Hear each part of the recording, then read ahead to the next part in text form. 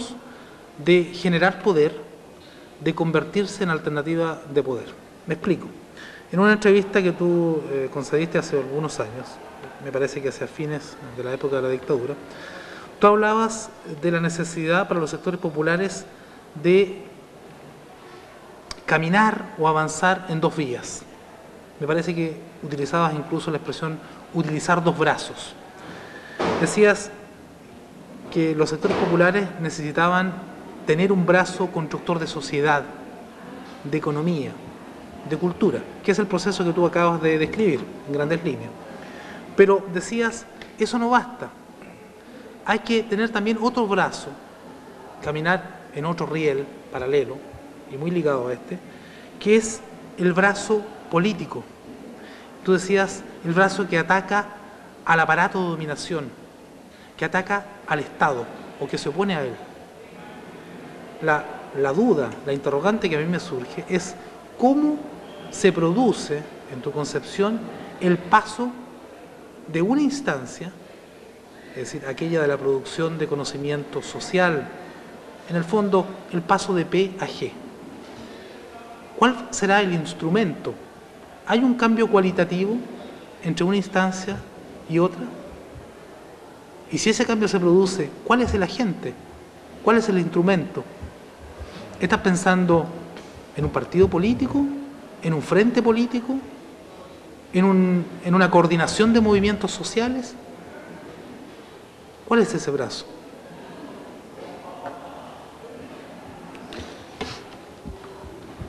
Yo no sé cuánto tiempo tenemos, porque 10 minutos.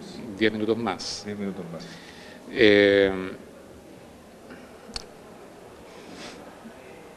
Aquí hay una cuestión central que está en el centro de esta conversación, que es el problema del poder. Que es el problema del poder. Mario planteaba hace un rato que el paradigma, claro, que el paradigma dominante, el paradigma G, el paradigma de las ideas universales, ha sido eficiente. Yo le respondí de momento eso, porque eran muchas cosas, pero sin duda que ha sido eficiente en términos de ejercer poder. No ha sido eficiente en términos de eliminar la pobreza. Más bien la ha reproducido una y otra vez. Y eso hay que tenerlo ahí en consideración. Es un poder que domina, es un poder que ocupa la generalidad del Estado, la nación, etcétera, pero no es un poder efectivo en la resolución de problemas si uno mira la cosa por otro lado. Ahí yo quisiera meterme, porque ya creo que no voy a tener mucho tiempo para hacer algunas preguntas, pero ¿es responsabilidad de este poder o de ese poder que ha estado presente siempre en la historia de Chile el que tiene que resolver el problema de la pobreza? ¿Eres el llamado a hacerlo? ¿O le estás asignando una responsabilidad que ese poder no estima necesario resolverla? Bueno, usualmente se asume de que el Estado es el que tiene que resolver los problemas de todos los chilenos, incluyendo por tanto la gran mayoría pauperizadas. En la práctica ha demostrado que pretende no tener esa atribución, ¿verdad? En los hechos no la quiere asumir, como tú dices, yo creo que estoy de acuerdo contigo. Pero eso no quita a que los pobres se asuman o se tienen toda la responsabilidad del problema, tienen derecho también a exigirla, ¿verdad? Sí. Pero la cuestión que quería señalar, y retomando también lo que tú dices, es que el poder no solo es poder de dominación en ese sentido. Hay, bueno, todas las tesis de Foucault que el poder es una cosa mucho más compleja que eso. Hay poder, por ejemplo, cuando los compañeros de la cárcel dicen vamos a estudiar porque queremos fortalecernos. Fortalecernos como sujeto y como actor en función del desarrollo científico. Doña Belén de Zárraga, ¿no es cierto?, cuando pasó por Chile en 1912, que su gran discurso es estudien, estudien, estudien, porque a través del saber está la liberación y el poder. Que es lo que decía nuestro amigo Luis Emilio Recabarren, ¿verdad? Hay que estudiar, estudiar, estudiar para aprender a administrar. ¿Administrar qué? El poder local. Yo pienso que el poder comienza cuando uno comienza a controlar con más eficiencia la acción de uno mismo. Cuando uno tiene un problema y lo resuelve. o es un problema que uno puede manejar y lo resuelve. Este es un ejercicio que constituye desarrollo de poder, que en parte es conocimiento en torno al problema, de ahí el saber, en parte es acción, bajo el imperativo resultado eficiente. Si uno va acumulando resultados eficientes, uno va creando un poder de acción que lo comienza a implementar primero en los chicos, después en los grandes. La historia social nos muestra, y aquí Sergio puede decirnos mucho más que yo, que los pobres puede que no hayan controlado al Estado, pero muchos que controlan bien el área donde viven. El grupo de la esquina controla su esquina, hasta los pacos le tienen miedo. En el siglo pasado, ¿verdad?, las masas de rancheríos eran verdaderos vericuetos y laberintos, no entraba la policía allí, era un espacio controlado y dominado. Los peones y los bandidos en la zona sur controlaban su espacio. Si hay una cosa que uno aprende de la historia es que los sectores populares con mucha facilidad controlan el espacio local donde viven. Y pueden ser eficientes en ese sentido. El problema es que nunca se han planteado usar ese poder en un sentido también administrativo, como decía Recabarren, o político, si queremos llevarle ese nombre. Ahora, todo indica en las tendencias actuales que los actores populares y los movimientos sociales tienden, primero que nada, a desarrollar poder local. Y su tendencia natural es a controlar el gobierno local. Yo creo que hay que revisar con bastante profundidad lo que significa o lo que significaron las mancomunales en esta perspectiva. El hecho de que hoy día los jóvenes tengan una identidad poblacional mucho más fuerte que antes. El hecho de que los temporeros aquí en el Valle de San Felipe estén desarrollando una identidad poblacional y no de trabajador asalariado frente al patrón. Y están comenzando a constituir movimientos para construir casas, para ser eficientes en la construcción de su propio espacio, tus hábitats, como quien dice. Bueno, pienso que los movimientos sociales populares tienen una ventaja comparativa sobre el poder central en lo local. En lo local. En las últimas protestas quedó en evidencia. No se combatió en el centro. Las clases populares no pelearon en la Moneda o en la Plaza de Constitución, como fue habitual antes de esa fecha, sino su propia población. ¿Y qué pasó ahí? Fueron 22 protestas, fueron un lote de años, etcétera. Entonces hay allí un concepto que es espacio local, que es poder local, que es organización para construir poder local, que no ha sido suficientemente valorado en nuestra historia, ni por nuestra política. Y ahí hay un concepto de ciudadano que no hemos elaborado. Para nosotros ciudadano es el que vota, es el que va a las manifestaciones, es el que aplaude masivamente al líder que está hablando delante de él, pero no es el tipo que estudia su situación, ¿verdad?, toma decisiones, participa, constituye comunidad y constituye poder local. Mira. Ahora, esa es una pata fundamental del poder local y la otra, que es lo que tú estás planteando, la mano izquierda que golpea, bueno, pero para no hablar tanto. No, es que esta parte de la intervención tuya es totalmente positiva, porque nos motiva a la reflexión profunda acerca de lo que ha sido el desarrollo de poder popular, por decirlo así, a partir de los movimientos sociales que tú has estudiado y has descrito y has analizado.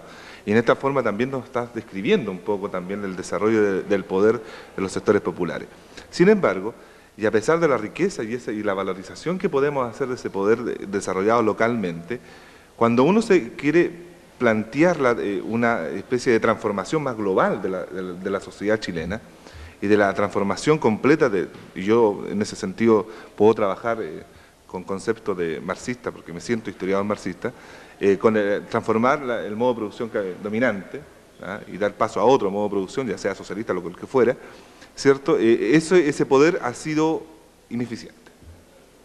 A la larga, en la historia de Chile, ese poder así desarrollado y con esa fuerza que tú lo has descrito, ha sido desde una perspectiva ineficiente. No ha logrado objetivos mayores que desarrollar ese poder local.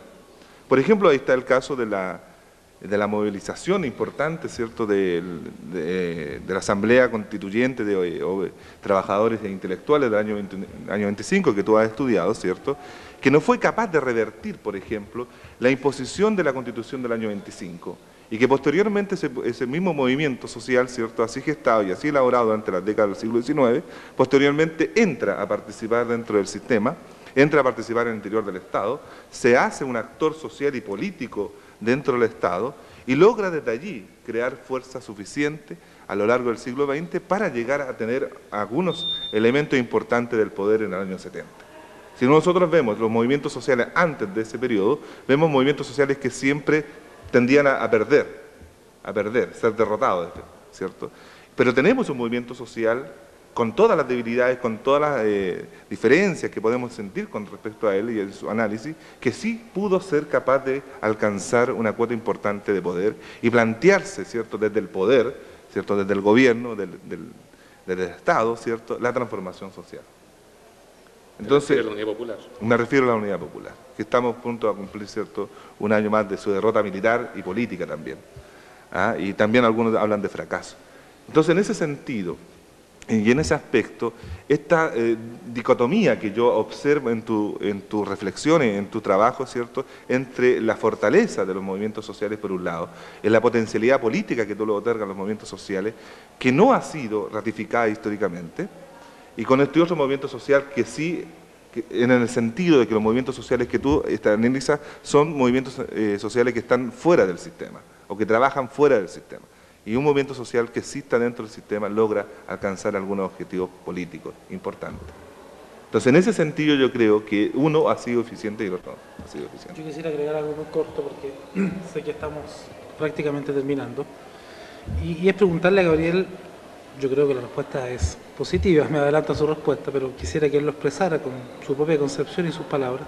Si acaso estos movimientos sociales de base, estos movimientos populares que están aún en sus celdillas P, en los vallecitos P, encerrados en la particular, ¿no tienen acaso derecho a aspirar a lo general? ¿No tienen acaso derecho a soñar con irrumpir en el palacio? Con tomar, utilizando una fórmula muy antigua, por asalto al cielo.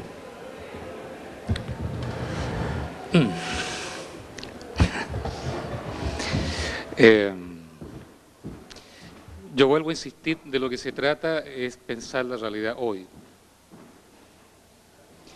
Y por tanto me planteo la pregunta, ¿qué palacio hay que tomarse hoy? ¿La moneda?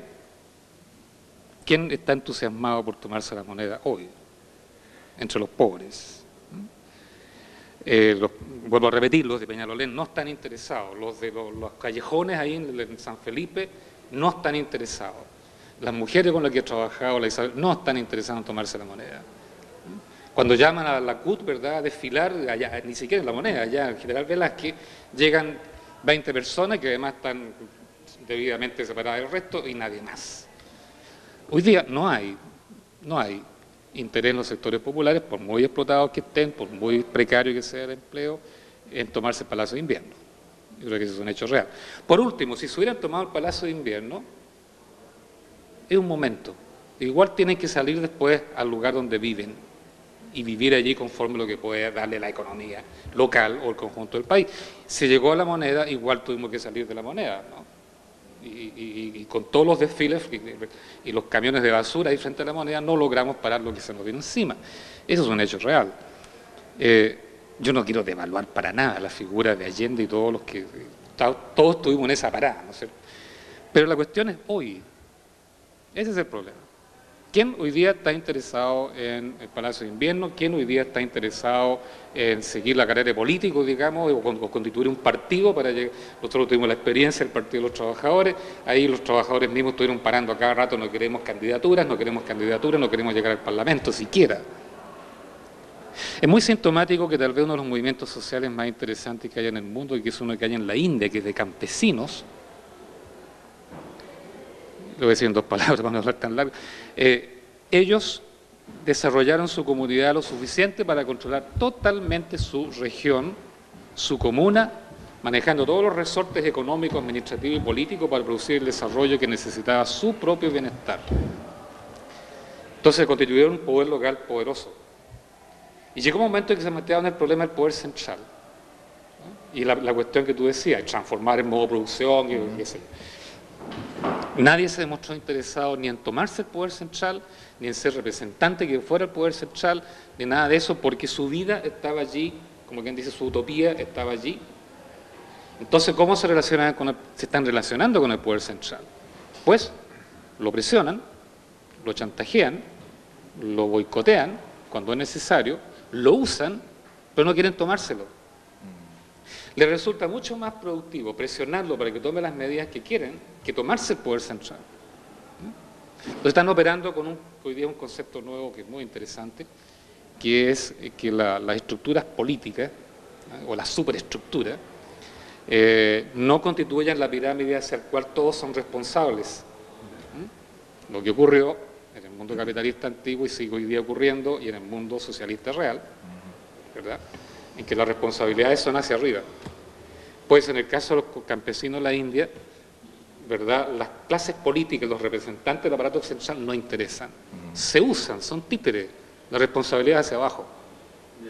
Yo creo que es esto lo que hay que desarrollar, y por allí está el desarrollo del brazo que golpea, ¿te fijas? Pero sobre la base de un potente poder local que significa, de fondo, manejar un poder administrativo eficiente en ese sentido.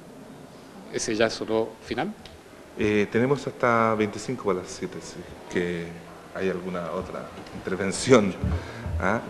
Bueno, en realidad yo no he sido el único que no he tenido la oportunidad de empezar a conversar con Gabriel sobre los temas, ¿no?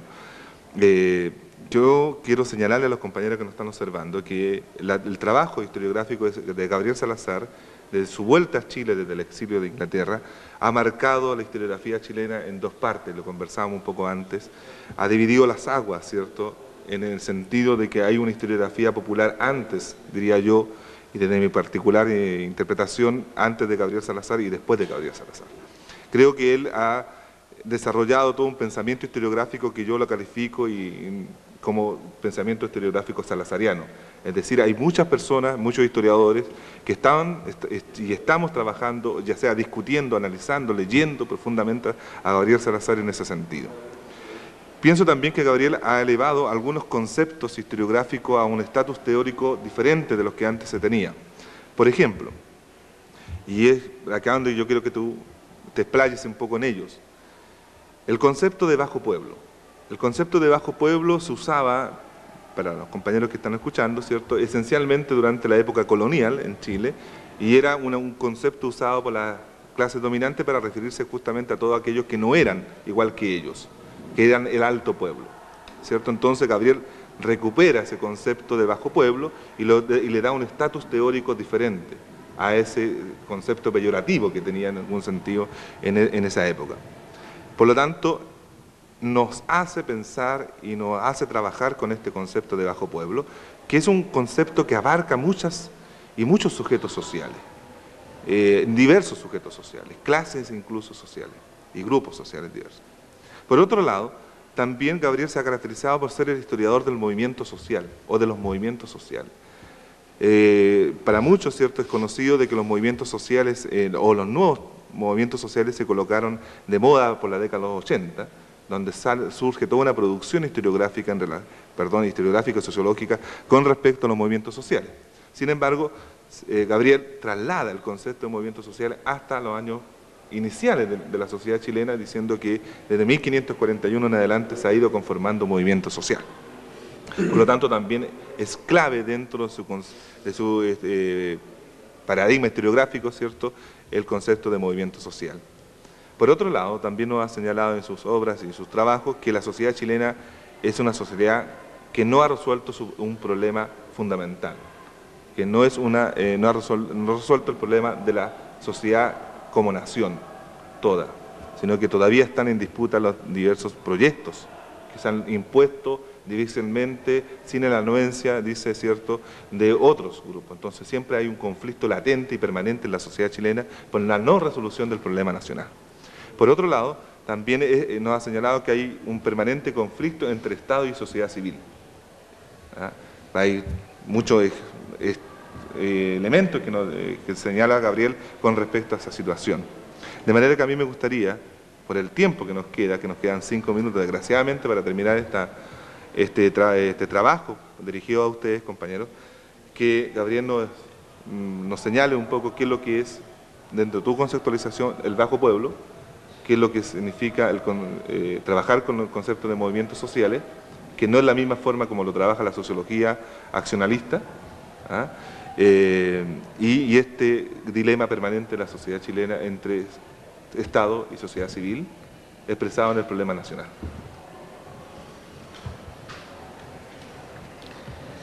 Todo en 5 minutos. Somos 5 minutos condensados. Condensadísimo. Bueno, la verdad es que ese término bajo pueblo, que lo tomamos, como tú decías bien, de los documentos de fines del siglo XVIII y comienzos del XIX, lo comencé a usar con el fin de incluir en el concepto, ¿cómo decir?, de la gente con la cual somos afines, a un montón de gente y de sectores populares que estaban excluidos. Porque se usó mucho en Chile la palabra clase obrera o clase trabajadora. Y ese concepto, aunque algunos lo usaban en un sentido muy amplio, en la práctica era excluyente. Porque se refería en el fondo al trabajador industrial que ganaba un salario, que estaba siendo explotado, ¿verdad?, que entregaba plusvalía y que por tanto vivía la contradicción que le permitía estar en el corazón de la lucha contra el capitalismo. Por lo cual muchos lo llamaban la vanguardia, ¿no? Pero eso excluía, a mi juicio, y excluyó a la mujer, en primer lugar, a la compañera que estaba ahí supuestamente en la casa, a los cabros jóvenes, a toda la masa marginal que no tenía trabajo, a los delincuentes, así llamados delincuentes, a los compañeros que en el fondo viven de otra manera, a los drogados, y a toda esta cantidad de personas, ¿verdad?, que la sociedad tiende a estigmatizar de una manera u otra. Yo pienso que todos hay que incluirlos, porque en la práctica y en la vida real todos nos relacionamos. Porque un obrero trabajará en una fábrica, pero vive en una población junto a otro que no es obrero. Y la práctica nos enseña, y las protestas nos enseñaron, las protestas de los años 80, nos enseñaron que la movilización popular, cuando los sectores populares en conjunto salen a la calle, presionan en un sentido u otro, están todos. Y a veces los que menos están son los que se resalta más en el concepto. Entonces me pareció que este concepto, que no es un concepto, es un término para aludir una gran cantidad, una diversidad de actores populares que me pareció importante que había que rescatar para la historia. Y por qué no también rescatarlo para lo que es, ¿verdad?, la configuración de actores que construyen futuro. ¿Por qué construir futuro solo con los que tienen trabajo, digamos? ¿Ah? Y no con los que están en la casa o los que están drogándose. ¿Ah? ¿Por qué considerarlos como, ¿verdad?, antisociales, como dice el discurso dominante?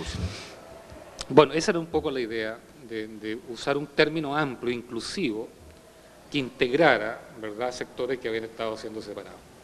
Y eso como una base para intentar trabajar el proceso de conocimiento y en lo posible la creación de identidades sobre la base de difundir ese conocimiento que permitiera unir los lazos de solidaridad al interior de los sectores populares. Creo que lo que primero que tiene que hacer un sector popular, más que negar al enemigo o preocuparse por destruir al enemigo, es fortalecer lo propio que tiene.